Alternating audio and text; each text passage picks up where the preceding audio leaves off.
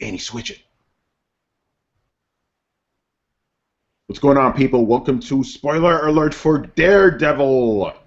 I'm your host, Tony Polanco, and tonight I'm joined by Emilio Lopez. Yo, man, this nigga done fucked up. No, Google done fucked up. I hit that shit 3 times and it didn't go. So I'm like, man, he just start. Fuck it. I hit this shit 3 times. Anyway, we got Matthew Dixon in the house. This is how we survive. We got Jaydon Goss. Hey, what's up? This makes us officially throw down X Baby in the Beard right here. And just to make sure we don't get too crazy, keep us all calm, we got Anthony Nash in the house. What's up, everybody? All right, so we're here to talk about that guy with the costume with the little horns and stuff. Daredevil. Dumb mask. Oh man. As usual, we're gonna give our quick little thoughts before we get deeper into it. This is the show I've been waiting for, man. Like, Daredevil is one of my all-time favorite characters. That movie with Ben Affleck did not do any sort of justice to it. The costume looked cool. That's about it. The movie was terrible. Hey, man, that movie was great. Yeah, yeah. When you were 10. The costume is better in the movie, though.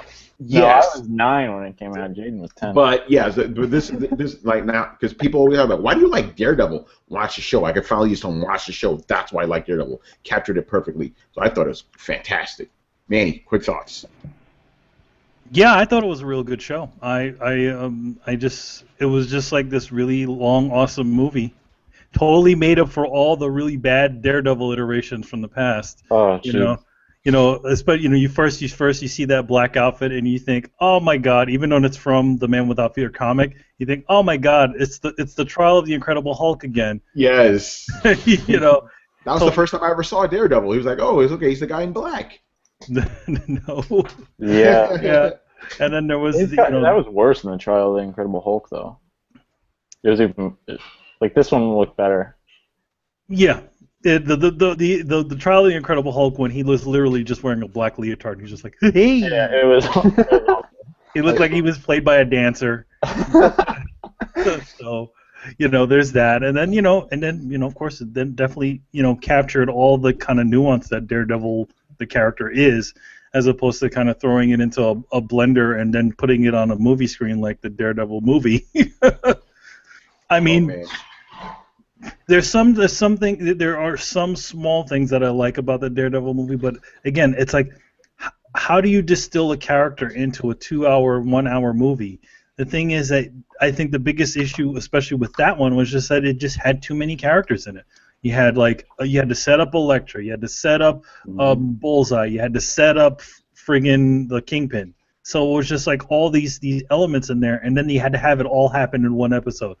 One movie. It's like, you see, he meets Elektra, she gets stabbed by Bullseye, and he fights the Kingpin. And it's like, yeah. All right, we'll get to some comparisons later. But Jaydon, what are some of your thoughts about the show? Just quick thoughts. I absolutely loved it. I think like it's 95% good. I feel like sometimes Kingpin was. I think they made him a little too vulnerable for me at times, but I think it was amazing. The fighting was awesome. The stunts were great. Oh yeah. I mean, at times you can tell it's not Charlie Cox, but that's only if you look really hard. Yeah, I thought it was awesome. The costume was great. I see a lot of people complaining because it didn't have the DD on it. Yeah, we'll get to that. But it's like, well, yeah, it's his first costume, so you can't expect too much. But yeah, I loved it. He literally just picked it up from the Yoo-Hoo guy. The Yoo-Hoo. That's what we were calling him on Baby in the Beard because we. All right, so Matthew, since you're talking, quick thoughts. Sorry.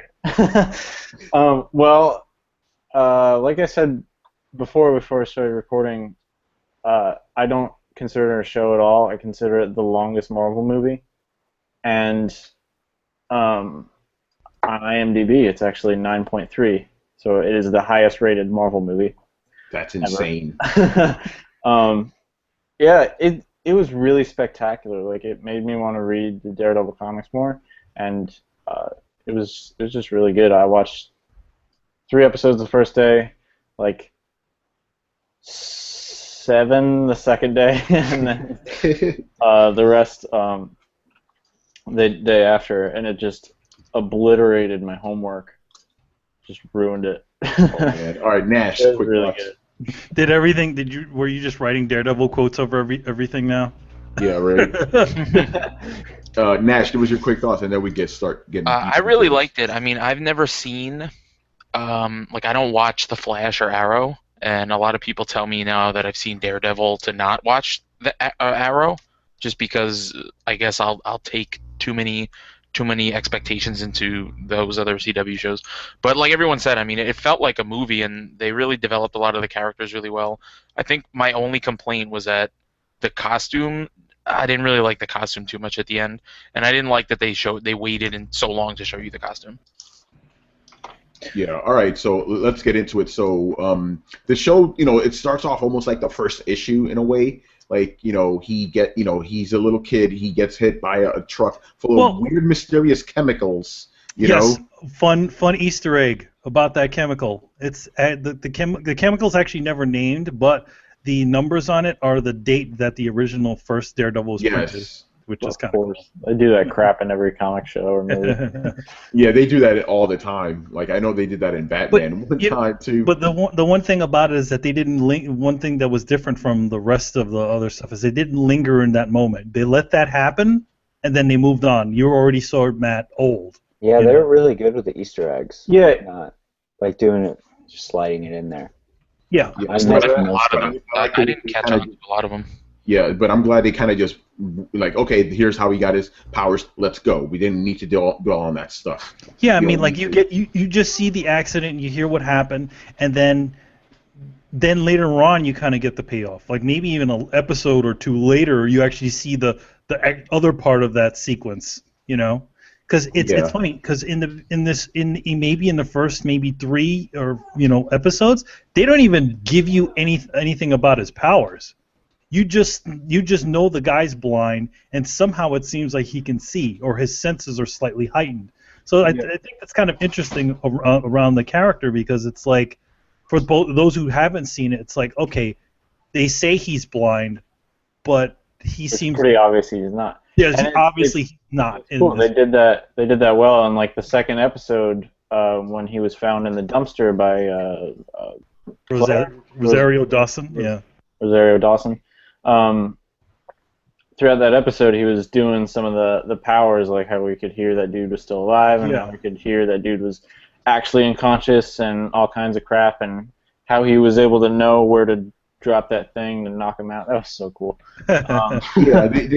She was a good vehicle to show his powers and stuff, because like she pull him out of the dumpster, she checks his eyes, and she sees they're not dilating, but she could see that this guy's sensing everything. So that was a good introduction to how his powers work without being overbearing. Because let's be honest, like, we've had too many origin stories. We don't need any more origin stories. Just get right with it. Like, but I know, Nash, you kind of had a little bit of a problem with that, right? Because you were confused. Well, I mean, they fleshed it out in the end, but in like the first couple episodes, they weren't really like I don't know too much about Daredevil, so I didn't really know a lot about his backstory. I mean, I knew he had like the chemical splashed in his eye, and that was about it. But at first, I was kind of worried that they wouldn't go like at all into like how he can see stuff, but they ended up, he ended up talking about it a lot with Rosario Dawson.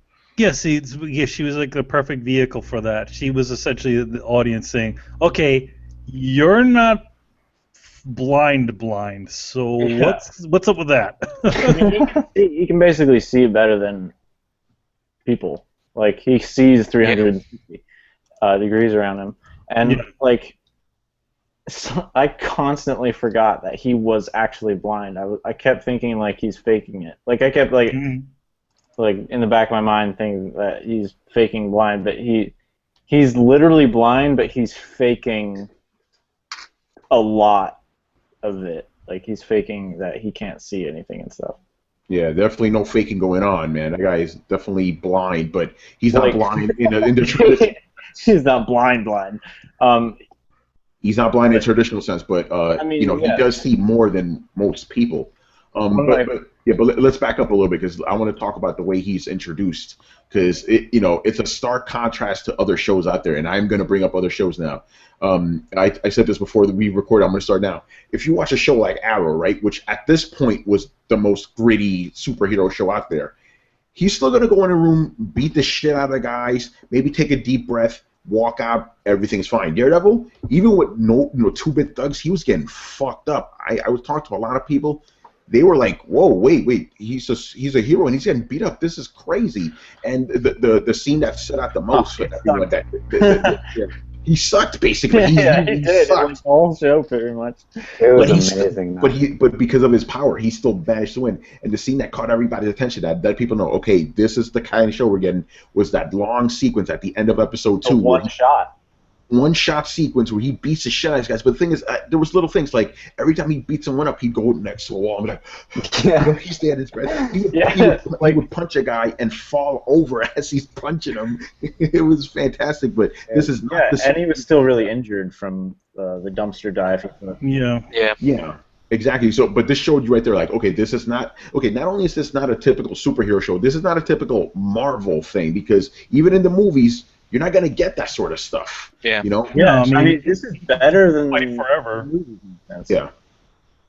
Because they could finally go all out. Because remember, they don't have to make it PG-13 for all ages, but I know they did consciously make sure they didn't go full on R. They said it's PG-16, but it's still more than you're used to. You know. So I let's talk about that. Like the I guess the breaking and shit.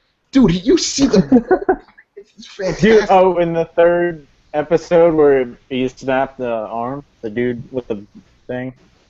That caught me off guard because they show the bone too, and it's like, damn, that was amazing. Yeah. Jaden hadn't started watching it yet, and he literally texted me like, "Has the show gotten really violent or anything yet?" Like, in the scene where that dude snapped his arm, and I was like, I mean, it hasn't been super violent. Never mind. It just got really violent. I love the head it was like decapitation. That was great. Oh, that was but yeah, let's talk about that. What do you think of the way the whole fights were depicted? You know, I thought they were awesome. I just love the way that he didn't. I guess he sucked, but he was still good enough to kick everybody's ass. I love that. Like, he was inexperienced. It's not even that he sucked. It's just that he was fighting people that knew how to fight also. Yeah. It's not like other movies or shows where it's just like, oh, you have a cape on, so you can just one-hit punch everybody and they knock themselves out. Exactly. Yeah, it's like it takes a while for him to beat up even one guy. So to me, I'm like, this is fantastic, man. But I mean, of course, you can actually see the level of of the guys he can take. In other words, there are some people he just beats in 2 seconds, and then there's some people that just take the extra time. And I mean, I think they're just like the ninja. That beat him like he won. Yeah. Until even that first fight, he fought somebody that was. But I think. What was that? No, I said what happened. Somebody cut out there. You think that what? Oh, I think that also they're using that to build tension and drama. I mean, you always as a viewer, you want to be like, oh my God, is he going to do it this time? Can he do it? Yeah. It's like, in other words, you build like in most shows, it's like, okay, that Batman's going to win. He will always win. And he's supposed. In a lot of ways, they tend to show him a lot more superhuman than he actually is supposed to be. Right. Yeah, exactly. This one is like, no, this guy is just a regular dude, Well, I mean, you still kind of knew that Daredevil would win, but it's not like he was winning like easily. You know what I mean? Yeah, like he wasn't gonna win without something happening to him. He was playing Bloodborne essentially. Yeah. There would be consequences to fighting. Even the first fight, they kind of. The first fight in the whole show with the dude at the end where he was getting his ass kicked for the majority of the fight until they threw themselves out the window. Yes. But yeah, I thought that was great, just to show the world, it's like, okay, guys, this is not your typical show. And it keeps getting more brutal, and not just in terms of the fighting, just the way the story is told, too, the maturity of it all. You got to see other characters and stuff. I want to talk about Foggy real quick, because Foggy was like one of my favorites, man. Like, you were reluctant about this Foggy guy. was awesome. I really was reluctant. I'm like, I don't know about this guy, but like he nailed it in the first episode. Like, Foggy has that, like, I don't know, was he funnier than usual, Foggy? Because Foggy kind of has a little bit of I don't know I don't know. anything about Foggy, but I Danny, thought what do you think the guy about that played him was great. he nailed the comedy part down, but Foggy he has a little bit more depth to it than that. No, I think he did that right thing because I do feel like he was able to get serious some times like and it didn't feel forced. But I think it also helps the kind of darkness of the actual show itself because Matt's a little bit hard sometimes and he doesn't Yeah. laugh at himself sometimes and I think it kind of served as a good way to kind of lighten things up, especially when he's kind of talking about he's almost like us in some ways where he's commenting on the kind of goofiness of a situation or something like that. And I found it refreshing and also not forced. It's Yeah, it was about definitely not it's forced. he for a while, the one thing I did like about the original Daredevil movie was Jon Favreau as Foggy, because I felt he was probably the best guy, but I think this guy does a really good job. Yeah, he really does. And I think he does. I think he beats Jon Favreau's one, but I do still like Jon Favreau's one too. yeah. What do you guys think of Foggy? Foggy was awesome. Yeah. He was hilarious. I see a lot of people complaining that he was a little over the top at times, but I never really saw that. Maybe in the beginning he is, because you're still getting used to him, but I thought he was great. Although I do think he overreacted near the end there. Yeah, I would be really happy if my best friend was a superhero. I'd be like, all right, yeah, yes, you fucking are. How do I help you out? But I mean, Yeah, I would just walk into rooms and be like, what's everybody doing over here? What's going on? What's everybody thinking over Hey, here? listen, Matt ruined their bromance. Yeah. I thought the way he reacted was perfect. It's like, how long have you been lying to me, you son of a bitch? Well, I wouldn't be ecstatic like right off the bat. Maybe like a day or two, but he was going a little overboard. After I thought about it for a minute, I'd be like, all right, this is pretty cool. No, I think it was justified because he feels betrayed by his best friend essentially, and then that was actually a good way of introducing how they kind of came together too. Yeah. And it also snuck in that little Easter egg. The Electra Easter egg, where he's like, "Hey, whatever happened to that Greek chick that you were dating?" He's like, "Oh yeah, that didn't work out," which is essentially kind of what happened. I mean, in the Man Without Fear comic book, which this series is pretty much based on, that is what happened. Like, there's it kind of goes in chronological order, as I remember. That one, Yeah, it does. where you're in college with him, you're in different parts of his life. So yeah, there is that. So it'd be interesting to kind of see that Elektra stuff kind of play out. Yeah, if it comes out. I also found it interesting the way Karen was introduced because in the original comics she was their secretary from the get-go. In this one, they kind of tied her to the whole Kingpin thing. Yeah. Which I thought And was they're really like, good. hey, we need a secretary. Why don't you be it? Yeah, it's like, we can't pay you. thought- Why don't you doing this? I like the way they introduced throughout the show, it got darker and more brutal as it went on, and Daredevil himself developed not only in getting a little more experience as he went on and sucking a little bit less throughout the show. He also got the sticks somewhere in there. They were wooden at first, and then he got the cooler ones at the end. Mm-hmm. So that developed. Everything was developing throughout the show, and it was just like a movie, but it was done better because in a movie you get like 2 hours, and you have them get their powers. They have their preliminary suit, and they kind of suck, and then they get good, and then they beat the bad guy. In this, it was like that, but it was like pulled way out. So it was really amazing, and they could spend a lot of time developing certain things. It's interesting because it's in a lot of ways it's almost the formula of the original Batman, the 80s Batman film. In that movie, he just came in. He was already set up as Batman. There was no training session. There was no nothing. And only until maybe halfway through the movie, you actually find out what the hell happened to him that got him in that way. But throughout the movie, that you were constantly given little bits as to what happened. What happened in the past, and then finally you get to see it. Yeah, and I think that's a smart way of doing it because again, we've just been overburdened by origin stories. We Yeah, I don't need mean, that is anymore. it, a lot of the films are all like in real time, where it's like as Spider-Man is learning his powers, you were there. You were there when he got bitten by the radioactive spider, as opposed to choosing a situation where it's like that stuff happened already, and then now leaving that mystery. Oh, what happened? You know. Yeah, and again, that's why Rosario Dawson was good, just so she could kind of introduce us to that without being so Fun, overbearing. fun fact You know? about Rosario Dawson is she's playing a character called Night Nurse. Yes, she is Funny, Night Nurse. funny thing is she's a combination of two characters. Yes, She is Night Nurse and she is Luke Cage's girlfriend. yeah, his wife, yeah. Yeah, his wife. Yeah. Yeah, which is interesting. Who's also a nurse in the in Yeah, who's also a nurse in Night Nurse. So it's interesting. It's crazy. Well, I wonder if they're going to have her be in Luke Cage's Netflix series.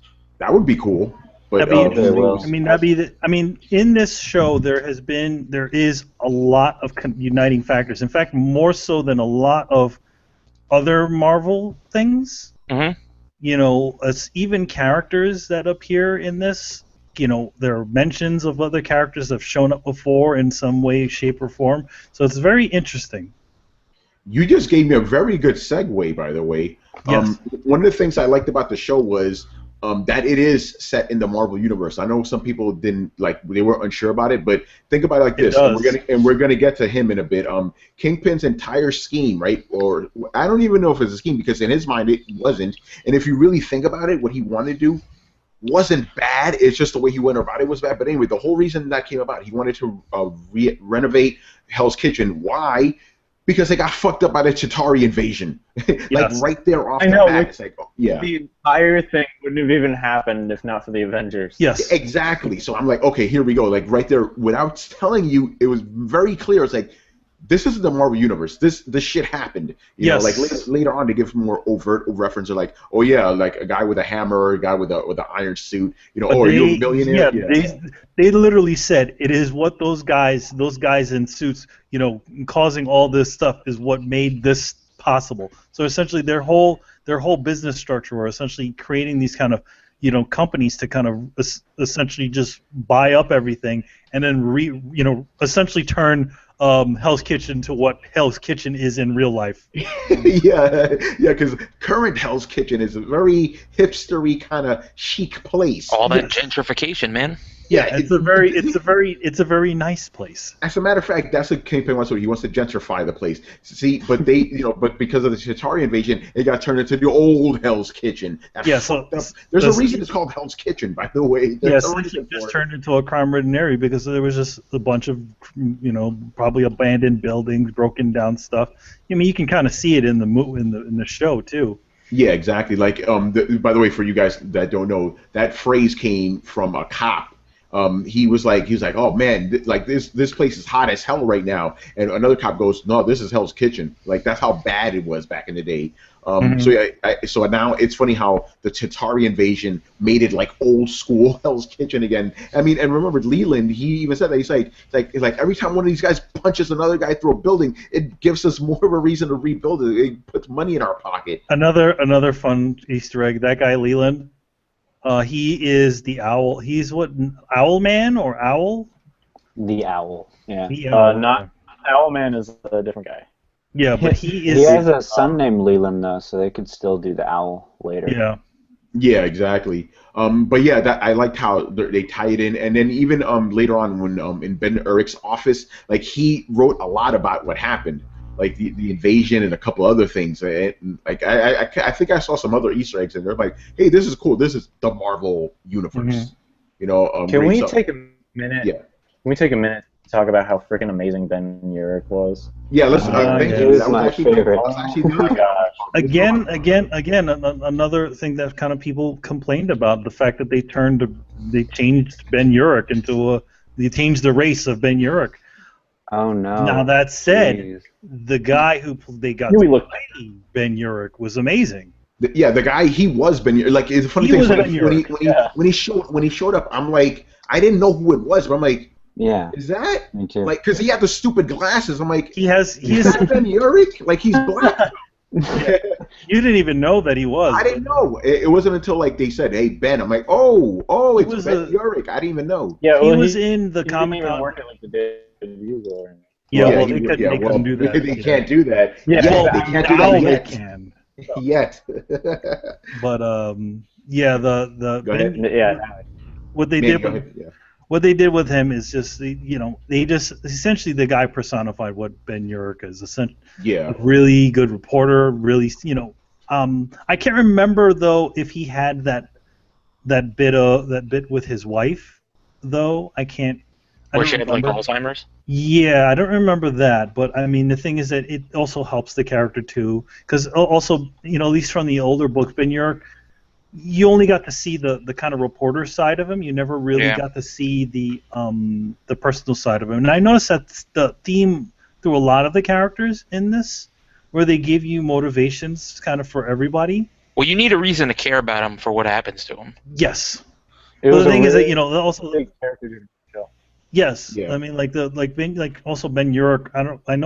I think he's dead now in the comics. But Yeah, he he didn't, died. Yeah. he didn't die that quickly in the books. He had been around for a long time until Oh my something. gosh, I that think was they only so killed him sad. pretty recently. He's actually been in Spider-Woman now, Mm-hmm. so he must be alive. Oh, I guess he is. Maybe he's a comic book. He's a comic book character. He probably came back. I to, thought like, they killed him He at some dies point. and comes No, he back did- willy-nilly he did- whenever they he did. want to. Yeah, he did He die. probably died and just came back. I mean, because Yeah. he's in the most recent issue or whatever. Yeah, one thing, because I want to get to Kingpin, but I want to talk about Karen Page, because I found what they did with her very interesting. They're hinting at her dark past without saying it. You know, like, remember there's a scene where they're like, oh, this isn't the first time you shot someone. Like, you never shot someone. It's like, this is the first time I point a gun at someone. So they're hinting at some of this stuff, but without saying it. She also said a line earlier on. She's like, first you start drinking and then you move on to the harder stuff. Mm-hmm. There you go. That. So. Yeah, because let's face it, in the comic books, if I'll just say it's not a spoiler, she's a crack whore. That's what she essentially becomes. So Eventually they're becomes, giving, yeah. So they're giving little hints of that. Speaking of crack, also that the crack the Madam what's her Madam face Gao. is? Madam Madam Gao. Gao is selling. Second That- best villain right there. That Right behind that, Leland. That crack is a reference to the villain, one of the villains of the Iron Fist. Yeah, the symbol. Yeah. Yes. That's why people think that's why she was able to like throw Daredevil like 25 feet. Yeah, that was insane. I was hoping that she knew some sort of martial arts. Well, I mean, I figured it was that, but yeah, It was really weird. They're talking, some people, from what it is, the symbol that's on it is exactly the steel serpent symbol. And That, she you know, Is used it Steel supposed to serpent look has on like the a question mark? Is that like intentional? Yeah, that's what it is. It's kind of like it's actually just it's like a thin serpent, and it kind of looks like a weird question mark at the same time. Yeah, but I guess that is the technique, the steel fist technique. Because by the way, yeah, Madame Gao was great, man. Like I like how she was hiding the fact she knew English the whole time. Yeah. She's in a lot of ways she's a little scarier. I was like, come on. Yeah. There was in fact, she obviously understood English because he never wound up translating for her. Yeah, that's true. She was like a knows Star all Wars languages. She said it every language. She Yeah, knows. it was like Han talking to Chewie. Yeah, it was kind of that sort of situation. But even the Japanese, the Yakuza guy who showed up in there, he's also kind of fucking being a douche too, and not. Yakuza or Hand. Yes, we'll call him Yakuza for now. Yeah, but you said she was scarier to you than Kingpin, right? She was a lot scarier than Kingpin is. Because you didn't know what she would do. Yeah, you don't know what she would do, and she also the fact that she just again she's keeping so much secret. It was an interesting character. I liked her. I thought face. Leland was really cool too. He was funny. He was probably the funniest of a lot of the characters. Mhm. Just a lot of the things. Madame Gao's face never changed expressions, basically. Like, it was either a little smile or nothing. It's not like Kingpin. And let's jump into him. Kingpin, man. Very interesting portrayal of him because in the comic books, he's always very controlled with his emotions. He never lets them out. In this one, they kind of presented him, for the lack of a better term, they presented him as a man-child, I guess. Yeah, he was really introverted, it seemed like, too. Whenever he spoke to anybody, it just seemed like he didn't know how to react to Yeah. like Yeah. talking. But Which goes with the kind of current origin stuff that they did to Kingpin, though. yeah, A with his lot of childhood. that's about his childhood, and I think they're playing with that. I think he was becoming in this just like how Daredevil was becoming Daredevil in this. Kingpin was also becoming Kingpin. Yeah. Right. Well, I mean, like Tony said earlier, he thought that he was doing good until like the end, kind of where he was doing the whole Good Samaritan speech, and I guess he realized that he wasn't like the good guy in the story. He was just sort of like the one being the evil guy. Yeah, but the thing is, that's a realization, because remember, Daredevil could tell if you're lying by hearing a heartbeat. He's like, this guy's not lying, man. He believes all this shit he's saying. Yeah. But he changed it, and he's becoming more like the Kingpin that we currently know. But I found the portrayal, like, it was, I don't know how to put it. It's like, it was weird. It was very weird. Yeah. It took me a couple episodes to get used to, because I'm used to the Kingpin from the original comics, from like the way Frank Miller presented him. But then the way, looking back at him, like, yeah, they did a really good job with him, because it was like it was different. It's like he's vulnerable, but he's also extremely dangerous. I mean, you saw how he was. Like, he's introduced as looking at this painting, and he's like, oh, it makes me lonely. Then it ends with him, like, literally crushing a guy's head with a fucking car door. It's like, hey, this guy is crazy. It was like, I'm watching the scene. I'm like, he's not gonna stop doing it until he closes the door. It was nuts, man. Yeah, that's another thing. There was something wrong in that dude's head. I mean, he obviously had a pretty difficult past. To say the least. So I thought it. Yeah. It was very cool how they gave that kind of character depth, like a lot of depth, because in the comics he's pretty one-sided. But then in the show they gave him all kinds of layers, and it made him a very deep background and everything. And it came full circle when in the episode where it had a lot of him, and it basically told his origin and with his dad, and he was like, stare at that wall. And then he woke up every time he had that nightmare, and he stared at that painting that was just like the wall. And then it came full circle in the end when he was in jail, and he was staring at the wall in the cell, and it was just like that wall before. So it was cool. There was a lot of depth and interesting things. I find it interesting. To Wilson. He wanted to look at something that reminded him of his horrible childhood. Like, he was having nightmares all the time. And what does he do when he wakes up from a nightmare? He stares at this wall that reminds him of why he's having nightmares. It's interesting. Why do you think that? Why do you think that? I don't know. I've been trying to answer that for a week now. I don't know. Like, I think it's to remind him of his resolve, of where he came from. His whole life was that. No, but the thing is, think about it. Why does he need to be reminded of it? He's remembering it in his dreams every single night. Well, no, I think he's also been also trained to kind of do that. It's like, yeah, you look at that wall. That probably wasn't the first time that his dad told him to do that. When he was a child. No, but that's what I'm saying. Like, it's just interesting how. Oh, go ahead. Maybe that's. I mean, there are certain things that some people do, weird things. I even have really weird things that I do that calms me. So maybe that's one of the things that just like calms his mind. Maybe I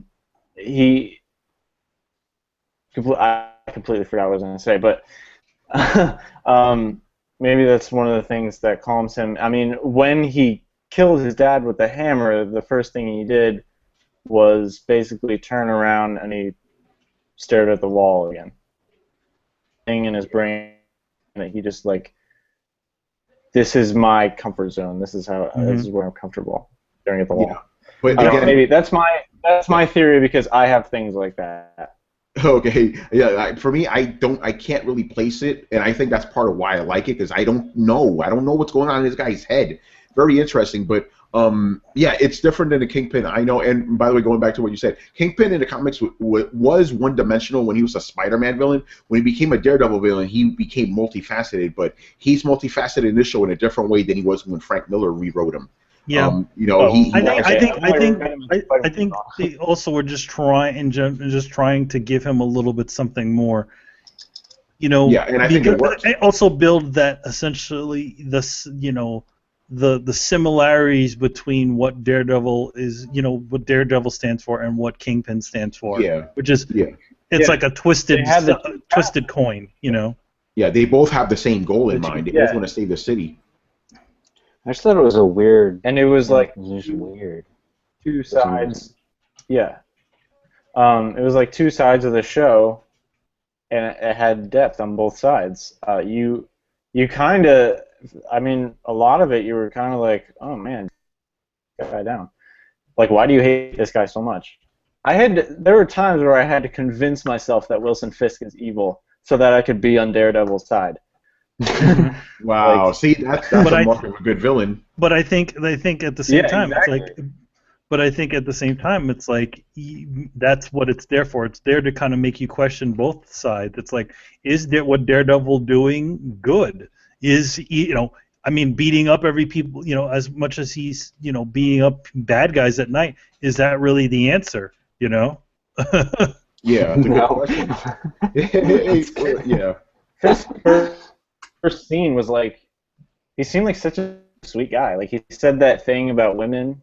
He was like, what did he say? It's like, any woman that can be bought isn't worth having. And I was like, oh my gosh, Wilson. Like, it was so...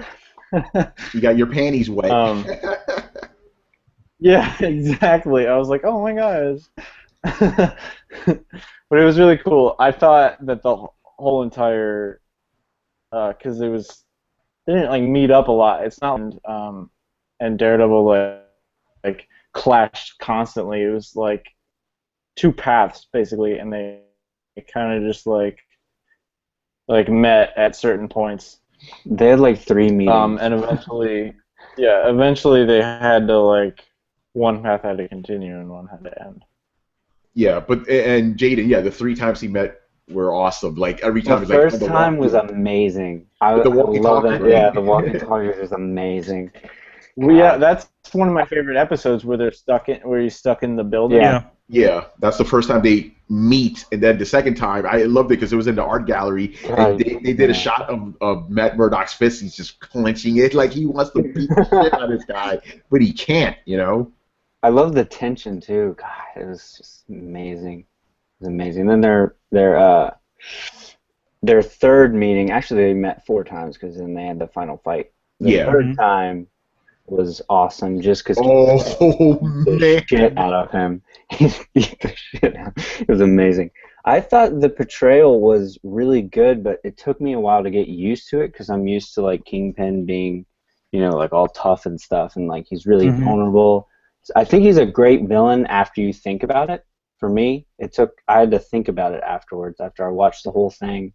Like he was really good, like way different than any other Marvel villain in the MCU or any Marvel movie really, or TV show. I'm gonna have to agree with you on that one. Like as far as like portrayal goes, he is the best Marvel Cinematic Universe villain. Yeah. Like he definitely has more depth than Loki, who was at this point was the deepest villain they ever had. The So best. yeah, that goes without saying. Loki's really good, but it's He's There's a very comic booky type of villain. Yeah, exactly. and he is like definitely evil. And there are some times where we're like, oh, Loki's kind of misunderstood. But No. I mean, yeah, he's evil. Yeah, no, He's he's not. like He's kind evil. of- He's evil. he kind of had some crap happen to him, but like Kingpin is like tons of depth, and there are a You lot could make of an times argument where that you're just he's not even the villain. Like you could make an argument for that. Maybe at the end he's obviously the villain, but I like, mean, he's pretty much the I mean, villain. But like, yeah, I mean, I get what you're saying, but like, because I thought about it a lot, and like I said, like I sometimes had to convince myself that Kingpin was evil so I could be on Daredevil's side. But like, and then as it got further and further, and Kingpin started to lose his mind more and more, and kind of became more and more evil, especially in the last episode where he basically he got that guy to Or when like he shoot the kills- other army guy. or when he kills Ben Urich, and that broke my heart. Yeah. I loved him so much. That was a crazy. That was when I was like, Yeah, that's where he That lost was you, when I right? was definitely Okay, yep. Well, now I That was now I know such a you great well. scene, man. That's such a I great like that. I scene. like the way it. I like the way it ended because the whole speech they had with each other is funny. And Kingpin goes, you know, Barry goes, like, "Are you threatening me?" He goes, "I'm not here to threaten you. I'm here to kill you." And he just, oh man, Freaking killed him. I was like, Daredevil, bust in, something, stop this. Nope. I was Yeah. like, please don't kill Ben. Yeah, he I died. But didn't yeah, expect It was him to very. die. I thought Yeah. he'd stick around. I thought he'd come back for other shows. nah, I man. really didn't Unless they expect him to die. resurrect him, he ain't coming back. But yeah, Nick overall, Fury, get on that. yeah, but yeah, overall, I thought the way Kingpin was portrayed was good because you're right. It was the other side of Daredevil. Think about it. The only difference between them is he killed people. Daredevil, the bad guy. He was like, hey, you know, you're the same as us. You just haven't killed anyone yet. Once you kill someone, you're us. And Daredevil kind of denied it, but it's true. The only thing that separated him from the bad guys was the fact that he didn't murder. Yeah. If it wasn't for that, he'd be the same. They'd be exactly the same, but they still have the same goal. They want to save the city. Going back to Kingpin, I found it interesting how his whole empire was going a specific way and everything was going right for him until he meets Vanessa, and then Yeah. things kind of start. Think about it like this: He the starts whole getting deal with emotional. because the whole thing with the That was Russians. the only thing about the show I didn't like. Yeah, the reason the whole thing fell off with the Russians is because he killed the guy's brother after he just showed up like, hey, I need to talk to you. It's like, yo, you're just gonna come in here? I'm with my lady. And okay, we'll talk later. I'm Then he with my fucking lady. crushes his head, yeah. You know, and but yeah, it's like, I mean, have some Yeah. respect. but yeah, that's what set him off, and you know, even his, you know, not lieutenants. I said lieutenant because that's how it happened in comics. But the you know, Madame Gao and the other guy, they were like, hey, he's getting weak because of this chick. We need to do something about it, and it kind of backfired because she didn't die. And then when he found out, whew, man, he pushed my man down the elevator. It was like the, I was like loved the whole his show with the assistant, chain too. Yeah, Kingpin's well, that was assistant good. Was great. Wesley. Yeah, Wesley. Yeah, but Wesley. I love that because the dude, he was trying to reason with him why he did it. It's like, hey, you're getting soft. This happened, that happened, that happened. He rationalized everything. It's like, no, you tried to kill her. He just shoves this guy on the. Actually, he beats the shit out of him first. Then he tosses him down the freaking elevator. It's like, yeah, there you go, man. He was a very unhinged character, and I kind of liked it because you didn't know when this guy would. I love those moments too. Like when he did snap, it was amazing. Like when he jumps at Ben and chokes him, it's crazy. Like, yeah, it was great.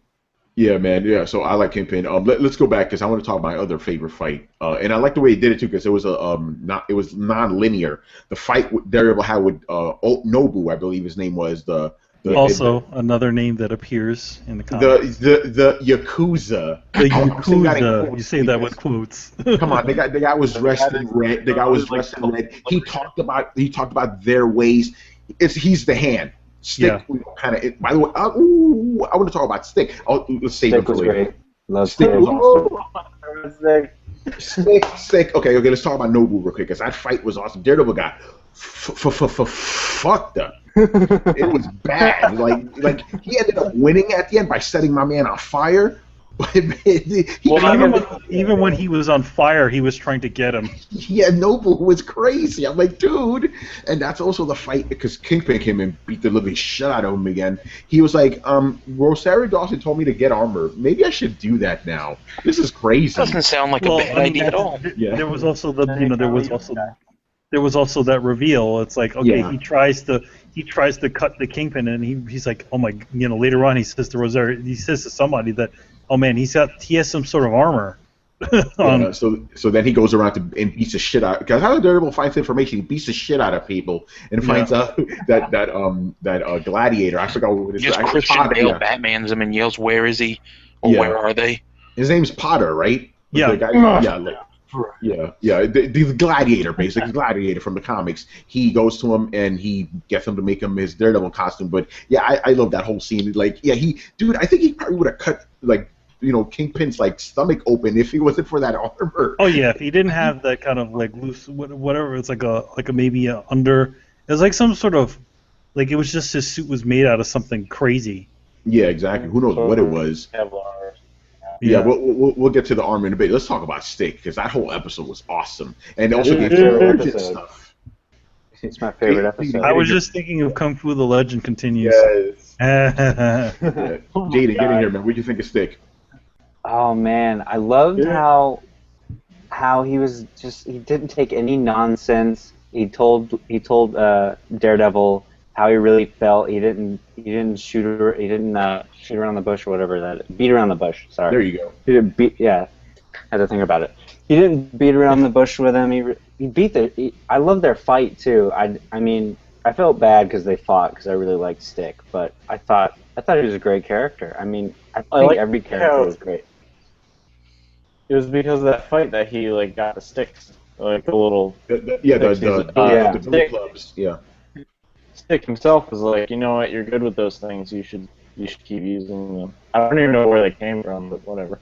Well, I mean, he trained them to use them. Yeah, I know. But it was I thought that was a really good episode, and it showed some of it. But like, was that the Yeah, his only training? interaction with young Daredevil was great. Yeah. Training him, that was amazing. Yeah, you know, it's funny. I think they had a really good, kid there in there. He actually looked good, doing the martial arts and stuff. Well, he did a pretty bad job of being blind. Like he always staring right at him. Yeah, well, you can kind of get away with that sort of stuff. Yeah. By the way, I love that scene in the park with those two. Remember that where they were like, "Hey, what do you hear there? What do you see there?" That was great. And that's the thing, like she normal dying? TV. No. Yeah, it's like, is she dying?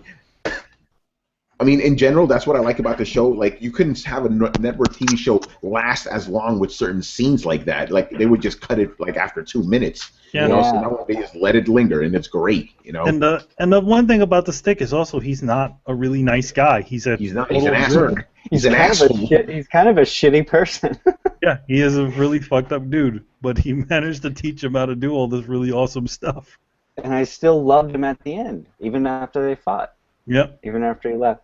Although I didn't get By the the whole, way- like, the gates are going to open at the end. I didn't get that. Yeah, there's a few things I'm glad you bring that up because the whole black something, the kid was like the black something, like he needed to kill him, but they didn't Yeah, explain the Black what- Sky, they called him. Black Sky. They didn't explain what the hell that meant, and then you saw that guy he was talking to, that big beefy dude with all the scars and stuff. Yeah, I didn't know who that was. That is the Stick's other, what do they call it? His other pupil.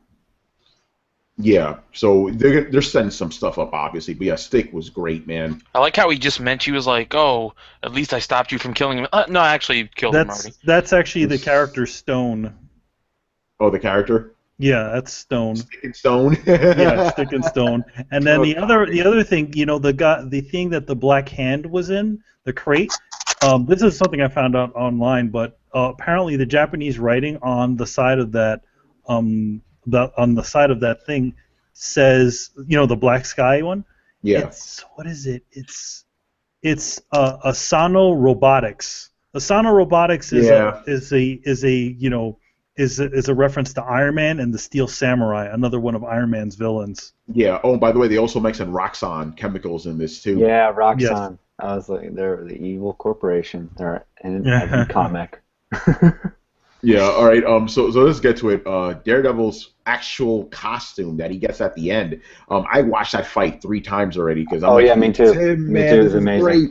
My only complaint with the costume was that he couldn't do that very well. Turn his I head. mean, he has. The thing is that I think he probably turned around in that way just for whatever reason. But the thing is that if you look at his neck piece, it's not a solid neck piece. No, it's not. Yeah, he but the just thing is, has- he still was doing the thing like. I think they were just going with something a bit more stiff for that sequence. But if you look at the fight, he's moving his head around. He's not going. He's not doing one of those things, No, where he's, look at the final scene where he hears something. He just goes, like he turns his whole body. But and then I know some people, including Nash, have complained about the way his face looks. I think that's just the guy's head. That's just the way it's shaped. I don't Can't know. It really just help looks that. so like mushed in. I don't understand. Yeah, that's just the way his head is. I think that the helmet that he's got, or the mask he's got, looks good from certain angles. it seems to look really good when he's down, when his head is downward. Yeah. That's when it looks its best. When you're kind of looking up at it, it looks a little bit odd. And I think that's what the issue is. Like when he's, the money shot is any time when he looks down at whoever he's looking at. Yeah. And the thing is, it's his first costume. You remember how, like, in most Marvel things, anyways, they always swap out the outfit. So who knows? Next Like season, Captain America. he'll Yeah, he's have had, like, another four. really better looking one. Yeah, Which- one thing when I saw the costume, like, full on, the first thing I thought was like, hey, it's armored Daredevil from the '90s. Remember that, Manny? Yeah, and Like, that was probably one of his uglier outfits. Yeah, that was one of his uglier ones. But the thing is, like, because it wasn't just red; it had like dark black in it and stuff. So it reminded me of that outfit was just mostly black. It was literally a black leotard, and then he had like a No, red but my part on it. point is, like, normal Daredevil costume was just red. So this one was kind of like that one, and it had other colors other than red. But it makes sense for the Marvel universe, that he would have a costume like that. Here's the thing. He's also running around at night. Why the fuck would he be running around in a bright red outfit? Yeah, exactly. Yeah. Right, like So people see him coming. Hopefully Here comes they the Daredevil. because the guy who made his costume said that the black is the more protective part of his armor, and the red is kind of like you'll get protected by like knives, but maybe even then maybe. So I hope he doesn't just make like an all black suit. Like, all right, well here you go. Yeah, because Daredevil's like I I can't. definitely think they're not going to do any more black outfits. I think they're going to keep him in red, and they're just going to keep doing updates on it. But yeah, I think the way Affleck's mask Affleck's suit was probably the better of the Daredevil suits. yeah, because it looked like the comic book one. It looked like the comic. The only thing is that also Affleck was wearing this big stupid leather outfit, which also probably isn't that good if you're fighting crime either. Yeah, but the thing is, from a functional standpoint, it was good because he was able to take punches from Kingpin, and he was like afterwards. It actually became a fight, like kind of like Arrow. Actually, he was okay. He just bled a little bit. That's it, Yeah, Like he has. And one of the other things that he had is that he also had. It seemed like his helmet and his wrist guards were also made of something a little bit harder, so that he could kind of block, things. Essentially, trying to make a vigilante that if something might have existed, he might have. Yeah, because think about it. When Kingpin grabbed his billy clubs and he's hitting him, you saw sparks flying out. So it's obvious that whatever's his shin guard here or whatever, it's like it has the same material as the billy clubs or something. Oh, and by the way, I forgot to mention that I love the fact when he did the as Manny calls it Daredevil shit, where he'd just be like, and then the billy club would just bounce around and stuff. Yeah, and it was very. I like when it hit people in the face. Yeah. Hit a few people in the face. It was awesome. Yeah, I think other than just the way they play him, like it felt like a Daredevil thing, and like just a lot of the moves, and sometimes it's like I call them accent moves, where it's like, in other words, he'll be punching, and then for some reason he'll jump off a wall and on their head, just to let you know that he does that stuff. Exactly. It doesn't even make sense if he does do them, but he just does it every so often. Like, there's one part where he's fighting the Kingpin, he's standing on the top of that truck that's been flipped on its side. He's standing there. He doesn't just jump off normally. No, he does a fucking side flip. Yes. Hey, he's got to look badass. Yeah, right. And Maybe people are taking pictures. Yeah, it's like, okay, I could regular punch you, or I could spin kick you. How about that? Yeah. How about that final punch, though? Oh, like, the final, yeah, it was like, he needs to get some air on that one. He did the UFC Superman punch at the end, where he just was like, all right, I'm just gonna drop everything and just try to kill you right now. Literally drop everything. He beat the shit out of Kingpin too, but it took him a long time to beat him up, man. You know, like they talk about how, like, oh yeah, battling Jack Murdoch could take a punch. Yeah, so could Kingpin apparently. Yeah, exactly. So that was pretty cool. Also, I noticed that if you notice at the end of the episode, Kingpin is in all white. Just for the sake of Yeah. But they also threw a little funny Easter egg about that, where essentially she's talking about one of her old boyfriends with some count who wore a white suit and had a purple ascot. That's just literally Kingpin's outfit.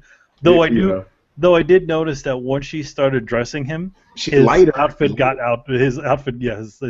lighter. Yeah, because when you were first introduced to him, he's wearing all black. I'm like, okay, he went with a different tone with Kingpin. Then when she gets in there, hey, how about gray? How about you put a little thing right here in your, in your pocket, a Yeah. little handkerchief.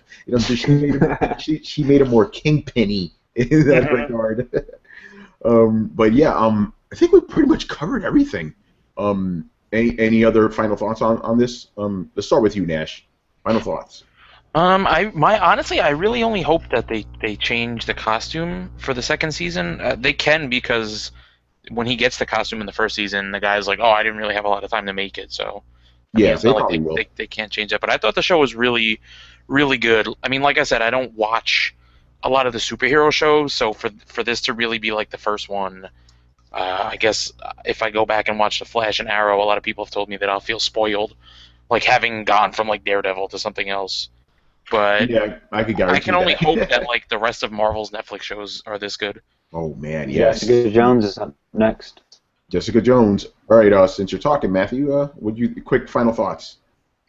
I thought just one like little silly thing, like in the last episode when they realize that Kingpin is escaping and people are dying, they run out and Daredevil's like, "I'm gonna go home" or something, and he grabs a taxi, and then he goes.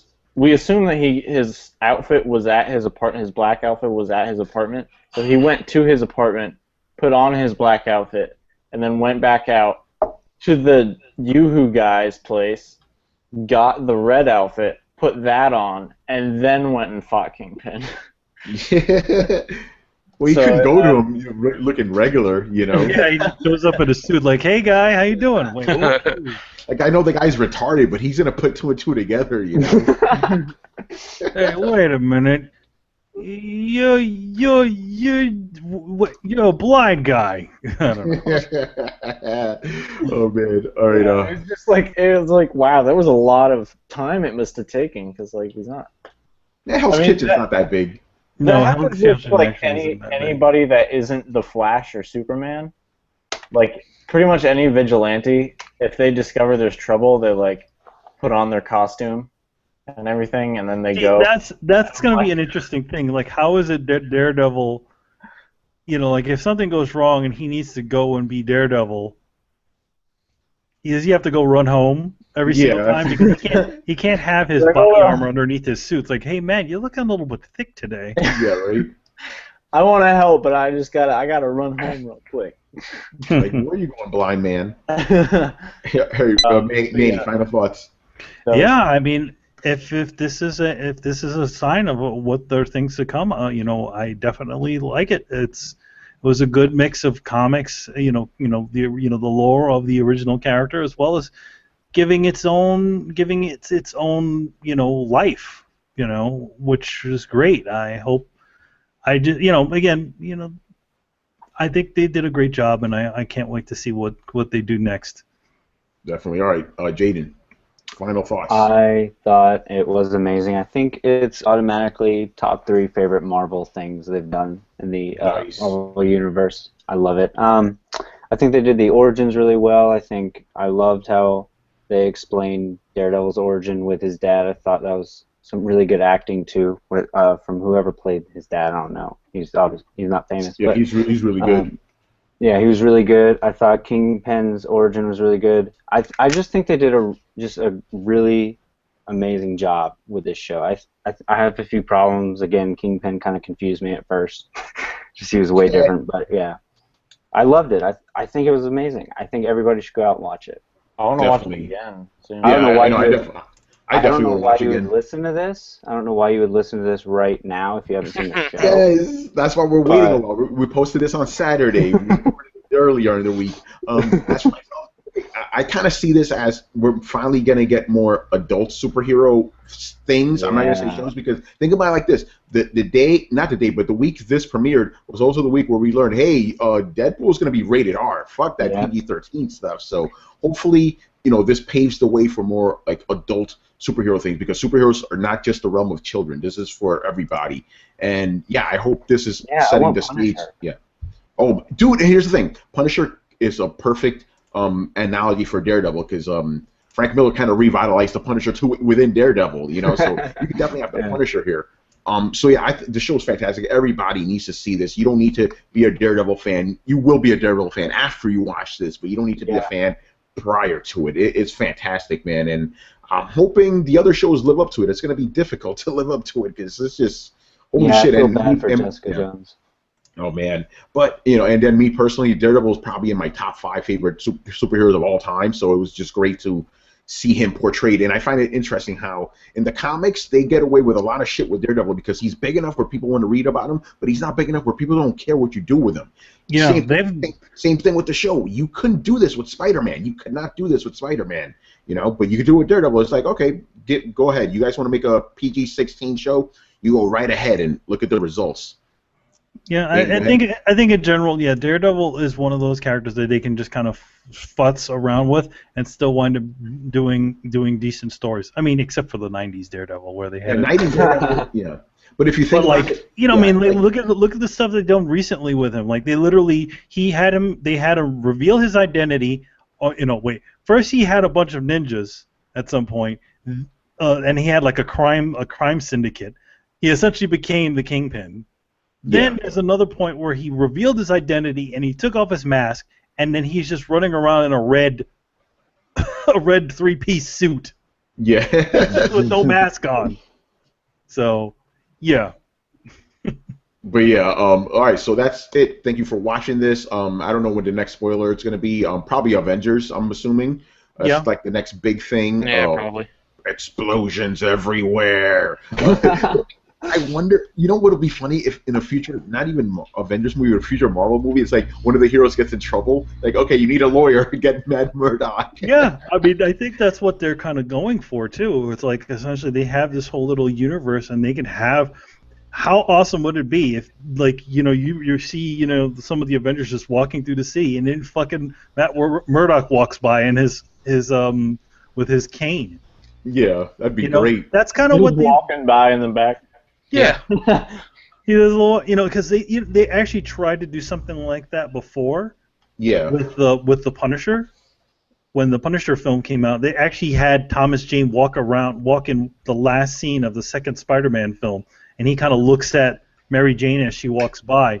But then what happened was that something happened with the Punisher stuff, and they couldn't have him as the Punisher in there. But it is him supposed to be being the Punisher there. Yeah, but now they can do that officially. Now they can do that. Now they can do that officially.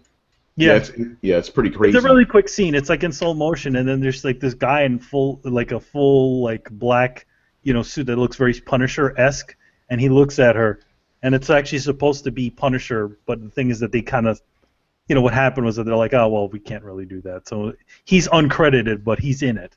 Oh man. That's funny. All right, so thank you for watching and listening. Be sure to follow The Coalition at thecoalition.com. In addition to this podcast, you can listen to these crazy guys, Baby and the Beard. We love talking about comics. Listen to our episode this week. It is entitled Daredevil, and we're talking a lot about Daredevil and some other comic book crap. We love it. All right, Jaden, I'm going to be looking at you in that episode because I want you to bring all that Daredevil knowledge that you have, man. Oh, did you also play some Evanescence while you were on the show? Oh no. Oh, dude. I forgot about that song being. I mean, this was an episode I would have loved to be on because I have a lot of Daredevil knowledge, but you guys do this shit too early. Yo, man, you've been getting up early as of late, so you could do it. Yeah, that's right. I could have done it the other day when I went to the Call of Duty thing. Oh, Activision, not Call of Duty. Anyway, so yeah, make sure to follow us on SoundCloud, iTunes, and YouTube. We're on Twitter at Throwdown Show, and we're on Facebook as well. The links are available down there and all that good jazz. Once again, I'm your host, Tony Polanco, and tonight I was joined by Emilio Lopez. How can you see Stop it.